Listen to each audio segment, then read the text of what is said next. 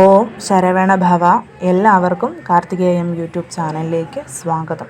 ഇന്ന് ഞാൻ വന്നിരിക്കുന്നത് ബ്രഹ്മമുഹൂർത്ത വിളക്കിനെ പറ്റിയിട്ടുള്ള കാര്യങ്ങളെ സംസാരിക്കാനാണ്. കാരണം ഞാൻ ബ്രഹ്മമുഹൂർത്ത സമയത്ത് 48 ഡേയ്സ് നമ്മൾ ജേണൽ എഴുതുന്നതും ബ്രഹ്മമുഹൂർത്ത വിളക്ക് കൊളുത്തുന്നതുമായിട്ടുള്ള ഒരു വീഡിയോ ചെയ്തിട്ടുണ്ടായിരുന്നു.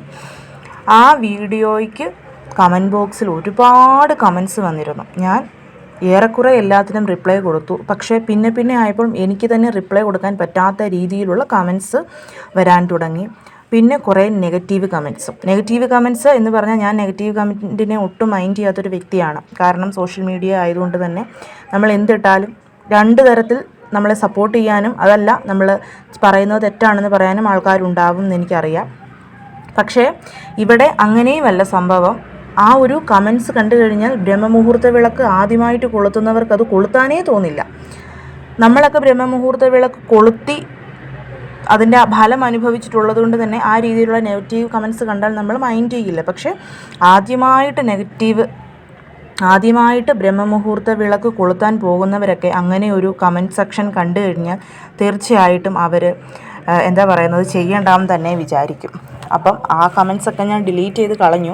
എന്നാൽ പോലും എനിക്ക് പറയണമെന്ന് തോന്നി കുറച്ച് കാര്യങ്ങൾ. ആദ്യം തന്നെ നെഗറ്റീവ് കമൻസ് എന്ന് പറയുന്നത്, ഞാൻ അടുപ്പിച്ചൊരു 5-6 തവണ എൻ്റെ ഒരു ആഗ്രഹം സാധിക്കാൻ വേണ്ടി ബ്രഹ്മമുഹൂർത്ത വിളക്ക് കൊളുത്തി, പക്ഷേ എൻ്റെ ആഗ്രഹം സാധിച്ചു കിട്ടിയില്ല, അതുകൊണ്ട് തന്നെ ഇത് വെറും കള്ളത്തരമാണ്, നിങ്ങളാരും വിശ്വസിക്കരുത് എന്ന് പറഞ്ഞിട്ടുള്ള ഒരു കമൻറ്റ്. ആ കമൻറ്റിന് അടിയിലായിട്ട് അതേപോലെ തന്നെ അത് ശരിവെക്കുന്ന രീതിയിൽ വേറെ ഒരുപാട് കമൻറ്റ്സ്. സത്യമാണ്, ഇവർ പറയുന്നത് കള്ളമാണ്, ഇങ്ങനെയല്ല, അങ്ങനെയാണ്, ബ്രഹ്മമുഹൂർത്ത സമയത്ത് ഇങ്ങനെ ചെയ്താൽ മതി, അങ്ങനെ ചെയ്താൽ മതി എന്നൊക്കെയുള്ള ഒരുപാട് കമൻറ്റ്സ്. അതിലൊരു അമ്മയുടെ കമൻറ്റ് മാത്രമേ ഞാനത് ഇട്ടിട്ടുള്ളൂ. അതായത്, ഞാൻ കരഞ്ഞ് നിലവിളിച്ച് ബ്രഹ്മമുഹൂർത്ത വിളക്ക് കൊളുത്തി പ്രാർത്ഥിച്ചിട്ടും എൻ്റെ ആഗ്രഹം സാധിച്ചു കിട്ടിയില്ല, പക്ഷേ ഇപ്പോഴും ഞാനത് ചെയ്തുകൊണ്ടിരിക്കുന്നുണ്ട് എന്ന് പറഞ്ഞ് ഒരമ്മ കമൻറ്റ് ഇട്ടിട്ടുണ്ടായിരുന്നു. അപ്പം ഞാൻ അതിനുള്ള ഉത്തരവാണ് ആദ്യം തന്നെ പറയുന്നത്.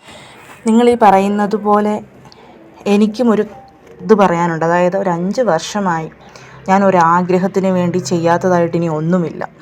ബ്രഹ്മമുഹൂർത്ത വിളക്ക് കൊളുത്തിയിട്ടുണ്ട്, വ്രതം എടുത്തിട്ടുണ്ട്, എന്തിന് സംകഷ്ട ചതുർത്ഥി, പ്രദോഷവ്രതം, ഏകാദശി, അമ്പലങ്ങളിൽ വഴിപാടുകൾ എന്ന് വേണ്ട എല്ലാം ചെയ്തിട്ടും എൻ്റെ ഒരു ആഗ്രഹം എനിക്ക് ഈ നിമിഷം വരെ സാധിച്ചു കിട്ടിയിട്ടില്ല. ഇപ്പോൾ 1 വർഷമായിട്ട് ഞാൻ ആ ആഗ്രഹത്തെപ്പറ്റി വിട്ട് കളഞ്ഞിരിക്കുകയാണ്. കാരണം കഴിഞ്ഞ വർഷം ലാസ്റ്റ് ഞാൻ നാട്ടിൽ പോയപ്പം ഇങ്ങനെ ഓരോ കാര്യങ്ങളൊക്കെ സംസാരിച്ചുകൊണ്ടിരുന്നപ്പോൾ ഞാൻ എൻ്റെ അമ്മയോട് പറഞ്ഞു, ഞാൻ ഇത്രയൊക്കെ പ്രാർത്ഥിച്ചിട്ടും ആ ഒരു ആഗ്രഹം മാത്രം എനിക്ക് ദൈവം സാധിച്ചു തരുന്നില്ല അമ്മയെന്ന് പറഞ്ഞപ്പം അമ്മ എന്നോട് ചോദിച്ചു, നീ തന്നെയല്ലേ പറഞ്ഞിട്ടുള്ളത്, നീ പ്രാർത്ഥിക്കുന്ന എല്ലാ കാര്യങ്ങളും ദൈവം നിനക്ക് സാധിച്ചു തന്നിട്ടുണ്ടെന്ന്.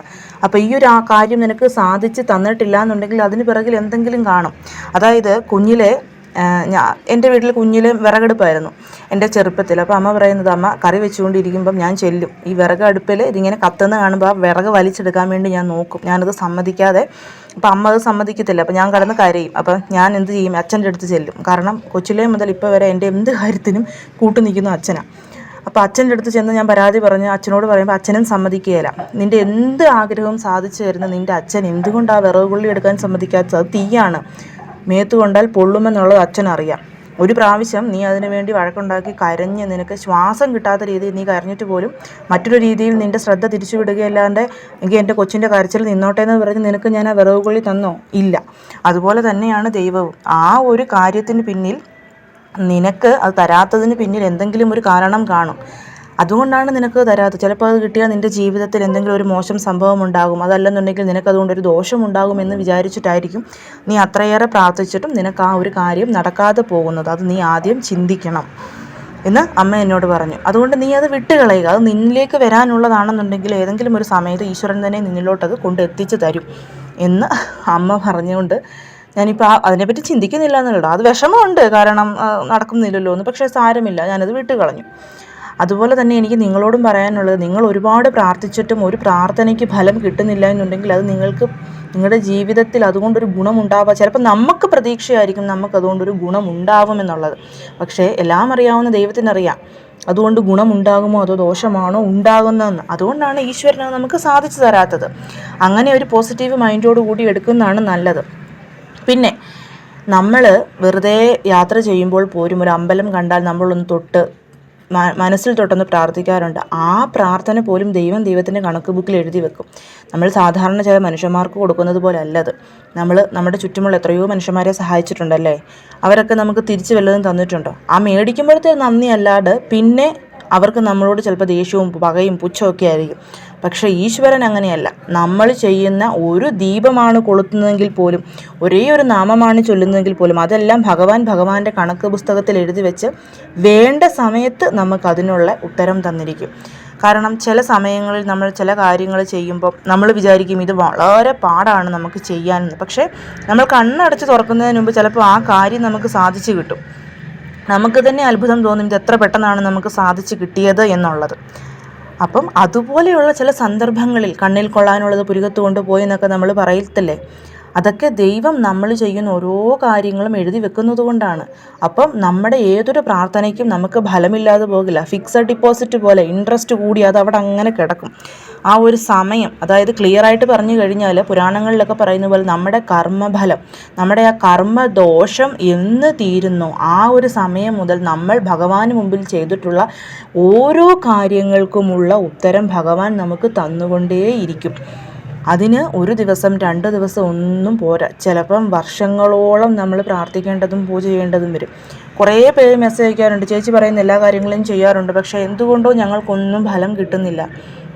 അതിന് കാരണം കർമ്മദോഷം ഇങ്ങനെ ഇരിക്കുന്നത് കൊണ്ടാണ്. അത് നമ്മൾ നാമം ചൊല്ലി ഒന്നാമതേ ഇത് കലിയുഗമാണ്. ഈ കലിയുഗത്തിൽ നാമജപം കൊണ്ട് മാത്രമേ നമ്മുടെ കർമ്മദോഷങ്ങൾ നമുക്ക് കുറയ്ക്കാൻ പറ്റുകയുള്ളൂ. അതുകൊണ്ട് തന്നെ അങ്ങനെ ജപിച്ച് പൂജകൾ ചെയ്ത് പ്രാർത്ഥിച്ച് നമ്മുടെ കർമ്മദോഷം കുറയുമ്പോൾ നമ്മൾ ചെയ്തിരുന്ന എല്ലാ നല്ല പ്രവൃത്തികൾക്കുമുള്ള ഫലം നമുക്ക് കിട്ടിക്കൊണ്ടിരിക്കും. അതുകൊണ്ട് തന്നെ ഇത് ചെയ്തിട്ട് ഫലം കിട്ടാത്തവരോട് എനിക്ക് പറയാനുള്ളത്, ബ്രഹ്മമുഹൂർത്ത വിളക്ക് പോലെ നമുക്ക് ഫലം തരുന്ന മറ്റൊന്നില്ല. പക്ഷേ അത് വിശ്വസിച്ച് അറിഞ്ഞ് ചെയ്തെങ്കിൽ മാത്രമേ അതിന് ഫലം കിട്ടുകയുള്ളൂ. പിന്നെ ഫലം കിട്ടാതെ പോയ അമ്മയോട് എല്ലാ ദിവസവും കരഞ്ഞുകൊണ്ട് നമ്മൾ നമ്മുടെ വീട്ടിൽ നിലവിളക്ക് കൊളുത്തുകയോ അതല്ല ബ്രഹ്മമുഹൂർത്ത വിളക്ക് കൊളുത്തുകയോ ചെയ്താൽ നമുക്കൊരു ഐശ്വര്യം ഉണ്ടാവില്ല. ഞാൻ പലപ്പോഴും പറഞ്ഞിട്ടുണ്ട്, നമുക്ക് വിളക്ക് കത്തിക്കുമ്പോഴും നാമം ചൊല്ലുമ്പോഴും കണ്ണുനീര് വരും. അതൊരിക്കലും നമ്മുടെ ഇല്ലായ്മയെക്കുറിച്ച് ഓർത്തിട്ടല്ല, ആനന്ദ കണ്ണുനീരാണ്. അതിന് പകരം എല്ലാ ദിവസവും വിളക്ക് കത്തിക്കുമ്പോൾ നമുക്ക് ഉയർച്ചയില്ല എന്ന് പറഞ്ഞുകൊണ്ട് നമ്മൾ കരഞ്ഞുകൊണ്ട് പ്രാർത്ഥിച്ചാൽ ഒരിക്കലും നമ്മുടെ പ്രാർത്ഥന ഫലമുണ്ടാവുകയില്ല.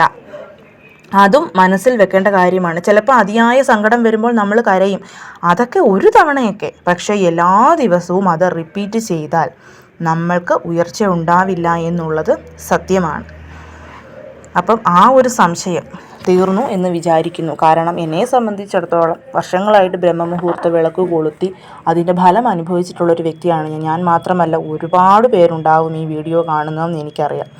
സോ വിശ്വാസത്തോടുകൂടി കൊളുത്താനായിട്ട് നമ്മൾ ശ്രമിക്കുക തന്നെയാണ് ആദ്യം ചെയ്യേണ്ടുന്ന കാര്യം. പിന്നെ രണ്ടാമത്തെ സംശയം എന്ന് പറഞ്ഞാൽ ചോദിച്ചിരിക്കുന്നത് ഏത് എണ്ണ ഉപയോഗിച്ചാണ് വിളക്ക് കൊളുത്തുന്നത് എന്നുള്ളതാണ്. ഏത് എണ്ണ ഉപയോഗിച്ചും വിളക്ക് കത്തിക്കാം. ഞാൻ ആദ്യം വിളക്ക് കത്തിച്ച സമയത്ത് നല്ലെണ്ണയാണ് ഉപയോഗിച്ചുകൊണ്ടിരുന്നത്. അത് കഴിഞ്ഞപ്പം ഞാൻ വിളക്കെണ്ണ, ഇവിടെ ദീപജ്യോതി എന്ന് പറയുന്ന നല്ല ബ്രാൻഡിൻ്റെ വിളക്കെണ്ണയാണ്. സാധാരണ ഇപ്പം നാട്ടിലൊക്കെ കിട്ടുന്ന വിളക്കെണ്ണ എന്ന് പറയുന്നത് വിളക്കെണ്ണ എന്ന് പേരേ ഉള്ളൂ, കൊള്ളില്ല. പക്ഷേ ഇവിടെ കിട്ടുന്ന നല്ല ബ്രാൻഡ് ആയതുകൊണ്ട് തന്നെ ഞാൻ ആ ഒരു ബ്രാൻഡിൻ്റെ എണ്ണയൊഴിച്ച് കത്തിച്ചുകൊണ്ടിരുന്നത്. പക്ഷേ ഇപ്പം ചെയ്യുന്നത് ഇങ്ങനെ നെയ്യുടെ ദീപം ഉൾപ്പെടെ നമുക്ക് വാങ്ങിക്കാനായിട്ട് കിട്ടും, തിരിയൊക്കെ ഉപയോഗിച്ച് നെയ്യാക്കി എടുത്തത്. അപ്പം അതാണ് ഞാൻ മേടിക്കുന്നത്. ഇപ്പോൾ വർഷങ്ങളായിട്ട് ഞാൻ അതാണ്, ഇപ്പോൾ ഒരു 2-2.5 വർഷമായിട്ട് ഞാൻ കണ്ടിന്യൂസ്ലി, കാരണം എളുപ്പമുണ്ടല്ലോ, എണ്ണ ഒഴിക്കേണ്ട, തിരി ഇടണ്ട, മൺവിളക്കിനകത്ത് ജസ്റ്റ് ഇത് വെച്ചാൽ മതി. അതുകൊണ്ട് തന്നെ പിന്നെ വെളിച്ചെണ്ണ ഉപയോഗിച്ച് കത്തിക്കാമെന്ന് ചോദിക്കുന്നവരുണ്ട്. കുക്കിംഗ് ഓയിൽ ഒഴിച്ച് ബാക്കി എന്തൊരു ഓയിൽ ഉപയോഗിച്ചും നമുക്ക് ബ്രഹ്മമുഹൂർത്ത വിളക്ക് കത്തിക്കാവുന്നതാണ്. പിന്നെ വേറൊരു വ്യക്തിയുടെ മെസ്സേജ് ആയിരുന്നു, ബ്രഹ്മമുഹൂർത്ത വിളക്ക് കത്തിക്കണമെന്നൊന്നുമില്ല, നമ്മൾ നോർമലി കത്തിക്കുന്ന നിലവിളക്ക് കത്തിച്ച് പ്രാർത്ഥിച്ചാൽ മതി, നമ്മുടെ എന്ത് ആഗ്രഹങ്ങളും ആ സമയത്ത് സാധിക്കും. ഇവരൊക്കെ ഓരോ ചുമ്മാ പടച്ചു വിടുന്നതാണ് എന്ന് പറഞ്ഞിട്ടൊരു മെസ്സേജാണത്. അപ്പോൾ എനിക്ക് അവരോട് പറയാനുള്ളൊരു കാര്യം എന്ന് പറയുന്നത്, സഹോദരിയാണ് കേട്ടോ, അത് DP ഒക്കെ ഉള്ളൊരു പെൺകുട്ടിയാണത്. ബ്രഹ്മമുഹൂർത്ത വിളക്ക് കൊളുത്താൻ ഈസിയാണെന്ന് പറയുന്നതിൻ്റെ കാരണം, ഞാനിപ്പോൾ ആ സഹോദരിക്കാണ് ഇതിന് ഉത്തരം കിട്ടുന്നത്. പിന്നെ ചിലവർക്ക് ഇങ്ങനെ മനസ്സിൽ സംശയമുള്ളവരുണ്ടാകും, അവരോടുകൂടിയാണ് പറയുന്നത്.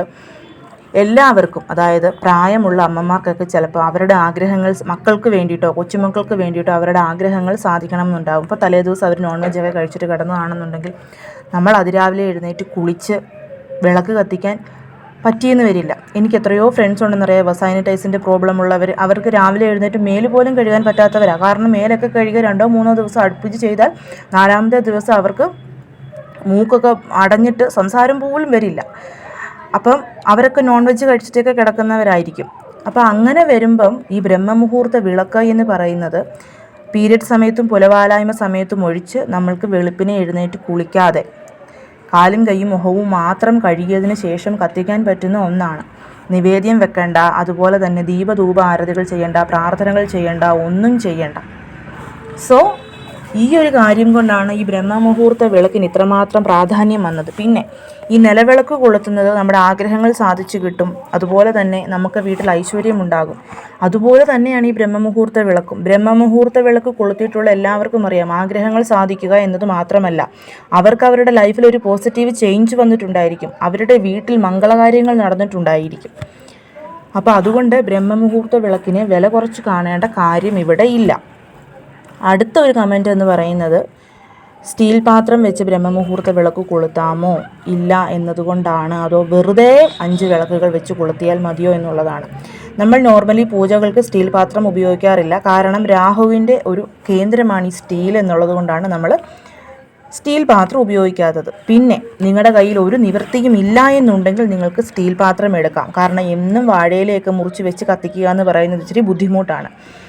അതിനൊരു എളുപ്പ വഴി എന്നുള്ളത് ഞാൻ പറയുന്നത് തടിയുടെ പലകയൊക്കെ കാണുമല്ലോ, അതായത് ചപ്പാത്തി പരത്തുന്ന പലക പോലത്തെ, അല്ലെന്നുണ്ടെങ്കിൽ നമ്മൾ വുഡ് പച്ചക്കറിയൊക്കെ കട്ട് ചെയ്യാൻ വേണ്ടി ഉപയോഗിക്കുന്ന തടിപ്പലക. അതല്ല നിങ്ങളുടെ വീട്ടിൽ തടിപ്പലക ചെറുതുണ്ടെങ്കിൽ ഒരെണ്ണം ചെറുതെടുക്കുക, വളരെ ചെറുത് മതി. അത് 5 വിളക്ക് കൊളുത്താൻ പറ്റുന്ന രീതിക്ക് അതെടുത്ത് നന്നായിട്ട് കഴുകി തുടച്ച് വൃത്തിയാക്കി എടുത്തിട്ട് നിങ്ങൾക്ക് അതിൽ ബ്രഹ്മമുഹൂർത്ത വിളക്ക് കത്തിക്കാം.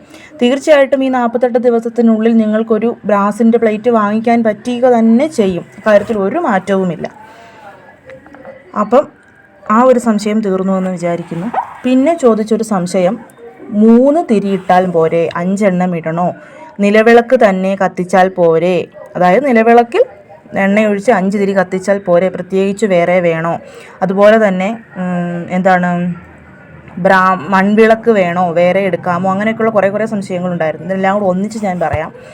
നിലവിളക്കിൽ നമ്മൾ 5 തിരിയിട്ട് കത്തിച്ചാൽ തിരികൾ വരുന്നത് എങ്ങോട്ടൊക്കെയാണ്? വടക്ക്, കിഴക്ക്, പടിഞ്ഞാറ്, തെക്ക്, വടക്ക്, കിഴക്ക് ഭാഗത്തോട്ടാണ് തിരികൾ വരുന്നത്. ശരിയല്ലേ? പിന്നെ ബ്രഹ്മമുഹൂർത്ത വിളക്ക് എന്ന് പറയുന്നത് നമ്മൾ ഒരേ ദിശയിൽ, അതായത് കിഴക്കോട്ട് മാത്രം നോക്കിയാണ് ഈ 5 വിളക്കുകളും കൊളുത്തുന്നത്. ഈ 5 എന്നിവിടെ സൂചിപ്പിക്കുന്നത് പഞ്ചഭൂത തത്വത്തെയാണ്. നമ്മൾ നോർമൽ വിളക്ക് കൊളുത്തുന്നത് ദിശകൾക്കനുസരിച്ചാണ്, വടക്കും കിഴക്കും തെക്കും പടിഞ്ഞാറും വടക്ക് കിഴക്കും. പക്ഷേ ഇവിടെ ഈ ബ്രഹ്മമുഹൂർത്ത വിളക്ക് നമ്മൾ സൂര്യഭഗവാനെ നോക്കി കിഴക്കോട്ട് നോക്കി 5 തത്വത്തെ ഉൾപ്പെടുത്തി, അതായത് പഞ്ചഭൂതങ്ങൾ ഭൂമി, ജലം, വായു, മണ്ണ്, ആകാശം, ഈ 5 തത്വത്തെ ഉൾപ്പെടുത്തിയാണ് നമ്മളിവിടെ ഈ ബ്രഹ്മമുഹൂർത്ത വിളക്ക് കത്തുന്നത്. അതിൻ്റെ അർത്ഥം ഈ 5 ഭൂതങ്ങളും കൂടി ചേർന്ന് നമ്മുടെ ആഗ്രഹം നമുക്ക് സാധിച്ചു തരും. ഈ 5 വഴിയിൽ കൂടിയും ആ പോസിറ്റീവ് വൈബ്രേഷൻ നമ്മളിലേക്ക് എത്തി നമ്മുടെ ആഗ്രഹം സാധിച്ചു കിട്ടും എന്നുള്ളതാണ് ഇവിടെ സൂചിപ്പിക്കുന്നത്. അതിന് 2 കത്തിച്ചിട്ടോ 3 കത്തിച്ചിട്ടോ നിലവിളക്കിൽ കത്തിച്ചിട്ടോ കാര്യമില്ല. അത് മനസ്സിലായി എന്ന് ഞാൻ വിശ്വസിക്കുന്നു. പിന്നെ ചോദിച്ചത് മൺവിളക്ക് തന്നെ വേണമെന്നില്ല. ഇപ്പം ബ്രാസിൻ്റെ ഒരുപാട് കുഞ്ഞു വിളക്കുകൾ നമുക്ക് പൂജാക്കടയിലും കിട്ടും, അതുപോലെ തന്നെ ഓൺലൈനായിട്ട് മേടിക്കാൻ കിട്ടും. അത് വാങ്ങിക്കുന്നതാണ് ഏറ്റവും എളുപ്പം. ഞാനിപ്പം അങ്ങനെ വാങ്ങിച്ചിട്ടാണ് കൊളുത്തുന്നത്. കാരണം മൺവിളക്ക് എന്ന് പറയുമ്പം 48 ദിവസം കഴിഞ്ഞ് നമ്മൾ പുതിയത് മേടിക്കേണ്ടി വരും. 48 ഒരു 20 ദിവസമൊക്കെ ആകുമ്പോഴത്തേനും നമ്മൾ പുതിയത് മേടിക്കേണ്ടി വരും. കാരണം അത് പതിയെ എണ്ണ പനച്ച് വെളിയിലോട്ട് ഇറങ്ങാനായിട്ട് തുടങ്ങും. അപ്പം ഏറ്റവും നല്ലത് ഈ പറയുന്ന ബ്രാസിൻ്റെ ചെറിയ വിളക്കുകളാണ്. അബ്രോഡൊക്കെ താമസിക്കുന്നവർക്ക് എപ്പോഴും മൺവിളക്ക് മേടിക്കാനായിട്ട് പറ്റാത്തത് കൊണ്ട് തന്നെ ഈ ബ്രാസിൻ്റെ പ്ലേറ്റ് മേടിച്ചാൽ ബ്രാസിൻ്റെ വിളക്ക് വാങ്ങിച്ചാൽ നമുക്ക് ജീവിതകാലം മുഴുവൻ ഉപയോഗിക്കാനായിട്ട് പറ്റും. അതുകൊണ്ട് തന്നെ ബ്രാസാണ് ഏറ്റവും നല്ല കാര്യമെന്ന് പറയുന്നത്. പിന്നെ ചോദിച്ചത് ബ്രഹ്മമുഹൂർത്ത സമയം. കുറേ പേര് പറഞ്ഞിരുന്നു ആ സമയത്ത് തന്നെ കത്തിക്കണമെന്നുള്ളത്. ഞാൻ 3:30 മുതൽ 5:30 വരെയുള്ളൊരു സമയം, ആ ഒരു സമയത്തിനുള്ളിൽ എപ്പോൾ കത്തിച്ചാലും നമ്മുടെ പ്രാർത്ഥന സാധിച്ചു കിട്ടും. ഞാനിത് ആദ്യമായിട്ട് കത്തിച്ച സമയത്ത് വെളുപ്പിനെ 4 മണിക്ക് എഴുന്നേറ്റ് കുളിച്ച് 4:30-ക്കുള്ളിൽ ബ്രഹ്മമുഹൂർത്ത വിളക്ക് കത്തിച്ചൊരു വ്യക്തിയാണ്. പക്ഷേ പിന്നെ എനിക്ക് മനസ്സിലായി അങ്ങനെയല്ല, 5:30-ക്കുള്ളിൽ കത്തിച്ചാൽ മതിയെന്ന് മനസ്സിലായതിന് ശേഷം ഞാൻ 5:30-ക്കുള്ളിലാണ് കത്തിക്കുന്നത്. പിന്നെ ഒരേ സമയം നമ്മൾ പാലിക്കണമോ എന്നൊരു സംശയം ഉണ്ടായിരുന്നു ചിലർക്ക്. ഒരേ സമയം നമ്മൾ പാലിച്ചാൽ നല്ലതാണ്. അങ്ങനെ പറ്റിയില്ല എന്നുണ്ടെങ്കിലും ഈ 3:30-ക്കും 5:30-ക്കും ഇടയ്ക്കുള്ള ആ ഒരു സ്പെസിഫിക് ടൈമിൽ എപ്പോഴാണോ നമ്മൾക്ക് പറ്റുന്നത് ആ ഒരു സമയത്ത് കത്തിക്കുക. എപ്പോഴും ഒരേ സമയം 48 ദിവസവും ഒരേ സമയം പാലിച്ചു കഴിഞ്ഞാൽ അത് വളരെ നന്നായിട്ട് നമുക്ക് ഫലം നൽകുകയും ചെയ്യും. പിന്നെ ഒരു കമൻറ്റ് കണ്ടു, നിങ്ങൾ ഈ പറയുന്നത് തെറ്റാണ്, ബ്രഹ്മമുഹൂർത്ത വിളക്ക് കത്തിച്ച് അതിന് നേദ്യം വെച്ച് ദീപധൂപ ആരതി എടുക്കണം എന്നുള്ളത്. സഹോദരി, അതിൻ്റെ ആവശ്യമില്ല. ബ്രഹ്മമുഹൂർത്ത വിളക്ക് കത്തിക്കുന്ന സമയത്ത് ഞാൻ ചെയ്യുന്നത് ഇങ്ങനെയാണ്. ഞാൻ മാത്രമല്ല, ഞാൻ കേട്ടിട്ടും കണ്ടിട്ടുമുള്ള പല ആൾക്കാരും ചെയ്തിട്ടുള്ളത്, ബ്രഹ്മമുഹൂർത്ത വിളക്ക് 5 എണ്ണം കൊളുത്തുമ്പോൾ നമ്മുടെ ആഗ്രഹങ്ങൾ പറഞ്ഞു കൊളുത്തും.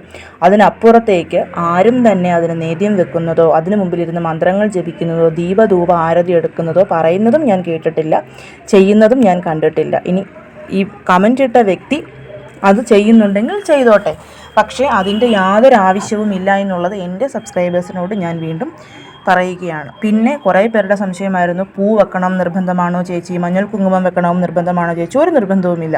അതൊക്കെ നമ്മുടെ മനസ്സിൻ്റെ ഒരു താല്പര്യമാണ്. അതായത് മഞ്ഞൾ കുങ്കുമം പൊട്ടൊക്കെ വെച്ച് പൂവൊക്കെ കൊണ്ട് അലങ്കരിക്കുന്നത്. അങ്ങനെ വെച്ചില്ല എങ്കിലും നമ്മൾക്ക് ഇത് കിട്ടും. ഞാൻ നിങ്ങളോട് പറഞ്ഞിരുന്നു, ഞാൻ തമിഴിൽ അനിത കുപ്പുസ്വാമി എന്ന് പറയുന്നൊരു ചേച്ചിയുടെ കണ്ടിട്ടാണ് ഈ ബ്രഹ്മമുഹൂർത്ത വിളക്ക് കത്തിക്കാൻ തുടങ്ങിയതെന്ന്. ആ ചേച്ചി വെറും നോർമലായിട്ടാണ്, മഞ്ഞൾ കുങ്കുമവും വെക്കാറില്ല, അതുപോലെ തന്നെ ഒന്നും ചെയ്യാറില്ല. ഞാൻ ഈ കണ്ട സമയത്ത് ആ ചേച്ചി ബ്രാസിൽ നെയ്യുടെ കട്ട വെച്ചിട്ടാണ് കത്തിച്ചുകൊണ്ടിരുന്നത്. അപ്പം ഞാൻ ആദ്യമൊക്കെ അങ്ങനെ ചെയ്തുകൊണ്ടിരുന്നത്, അതായത് മൺവിളക്കിൽ വെറുതെ എണ്ണയൊഴിച്ച് കത്തിക്കുക ചെയ്തുകൊണ്ടിരുന്നത്. ഞാൻ ഒരിക്കലും പൂവൊന്നും വെച്ച് അലങ്കരിച്ചിട്ടൊന്നുമില്ല. പിന്നെയാണ് അങ്ങനെ ചെയ്താൽ കാണാനൊരു ഭംഗിയുണ്ടല്ലോ എന്ന് വിചാരിച്ച് ചെയ്തത്. അതുകൊണ്ട് തന്നെ പൂവില്ലാത്തവർക്ക് ആ ഒരു വിഷമമൊന്നും വേണ്ട. പൂ വെക്കണമെന്നോ മഞ്ഞൾ കുങ്കുമം വെക്കണമെന്നോ ഒന്നും യാതൊരു നിർബന്ധവുമില്ല. നമ്മുടെ ഇൻറ്റൻഷൻസ് കറക്റ്റായിട്ട് ഇവിടെ ഇരിക്കുക എന്നുള്ളതാണ്. പിന്നെ ഒരുപാട് പേര് പറഞ്ഞിരുന്നു, എന്താണ് ഇങ്ങനെ ഒന്നും ചെയ്തിട്ട് കാര്യമില്ല, കറക്റ്റായിട്ട് ജോലിക്ക് പോയാൽ നമ്മുടെ എല്ലാ കാര്യങ്ങളും നടക്കും, പ്രാർത്ഥനയുടെയും പൂജയുടെയോ ബ്രഹ്മമുഹൂർത്ത വിളക്കിൻ്റെയോ ഒന്നും ആവശ്യമില്ല. അവരോട് ഞാൻ പറയുന്നത്, ഞാൻ കുഞ്ഞിലേ മുതൽ കേട്ട് പഠിച്ചിട്ടുള്ളത് താൻ പാതി ദൈവം പാതി എന്നുള്ളതാണ്.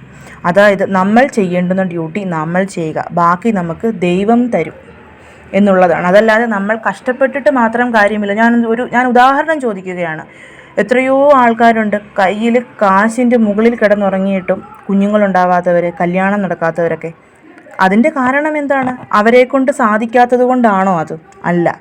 പക്ഷേ അവർക്ക് ദൈവാനുഗ്രഹം ഇല്ല എന്നുമല്ല ഞാൻ പറയുന്നതിൻ്റെ അർത്ഥം. എല്ലാത്തിനും പിറകിൽ ഒരു അദൃശ്യ ശക്തിയുണ്ട്. ആ അദൃശ്യ ശക്തി ആണ് ഈ കാര്യങ്ങളൊക്കെ തീരുമാനിക്കുന്നത്. ഇപ്പോൾ ഏറ്റവും വലിയ ഉദാഹരണം പറഞ്ഞു കഴിഞ്ഞാൽ, ഈ കുംഭമേള നടക്കുന്ന സമയത്ത് മുകേഷ് അംബാനിയുടെ മോനായിട്ടുള്ള ഇളയ പുത്രൻ, അതായത് നല്ല ഫാറ്റായിട്ടുള്ള, എനിക്ക് പേരറിഞ്ഞുകൂടാ, ആ പേരറിഞ്ഞുകൂടാന്നല്ല, പേര് ഞാൻ മറന്നുപോയി. അപ്പം കുംഭമേളയിൽ മുങ്ങാൻ വേണ്ടി പോയപ്പോൾ ഒരുപാട് ട്രോൾ, ഇപ്പോൾ ഇവിടെ ഹിന്ദി ഇതൊക്കെ ആയതുകൊണ്ട് തന്നെ ഞാൻ ഒരുപാട് ട്രോൾസ് ഫോണിലും കണ്ടു, അതുപോലെ തന്നെ ന്യൂസിലും കണ്ടു. ഒരുപാട് പേര് കളിയാക്കുന്നതായിട്ട്. അവരുടെ കയ്യിൽ പണമില്ലാഞ്ഞിട്ടാണോ അവരുടെ ആ മകനെ അവരങ്ങനെ മനഃപൂർവ്വമാണോ? അങ്ങനെ അല്ല. അതൊക്കെ നമ്മുടെ വിധിയെന്ന് പറയുന്നതാണ്. നമ്മുടെ കയ്യിൽ കുറേ കാശുണ്ടായിട്ടോ പണം ഉണ്ടായിട്ടോ ഒന്നും കാര്യമില്ല. എത്രയോ ആൾക്കാർക്ക് പൈസ ഇല്ലാഞ്ഞിട്ടും അവരുടെ മക്കളെ അവർ നല്ല രീതിയിൽ കെട്ടിച്ചു വിടുന്നുണ്ട്, അവരുടെ മക്കൾക്ക് നല്ല രീതിയിൽ വിദ്യാഭ്യാസം കൊടുക്കുന്നുണ്ട്. അതിൻ്റെ കാരണം എന്നാണ്? ദൈവത്തിൻ്റെ അനുഗ്രഹമാണ്. പക്ഷേ ഞാൻ പറഞ്ഞു വരുന്നത്, കാശ് മാത്രം ഉണ്ടായിട്ടും കാര്യമില്ല, ദൈവാനുഗ്രഹം മാത്രം ഉണ്ടായിട്ടും കാര്യമില്ല. ചില സമയത്ത് ദൈവാനുഗ്രഹം ഉണ്ടെങ്കിലും നമുക്ക് പൈസയ്ക്ക് പൈസ തന്നെ വേണം.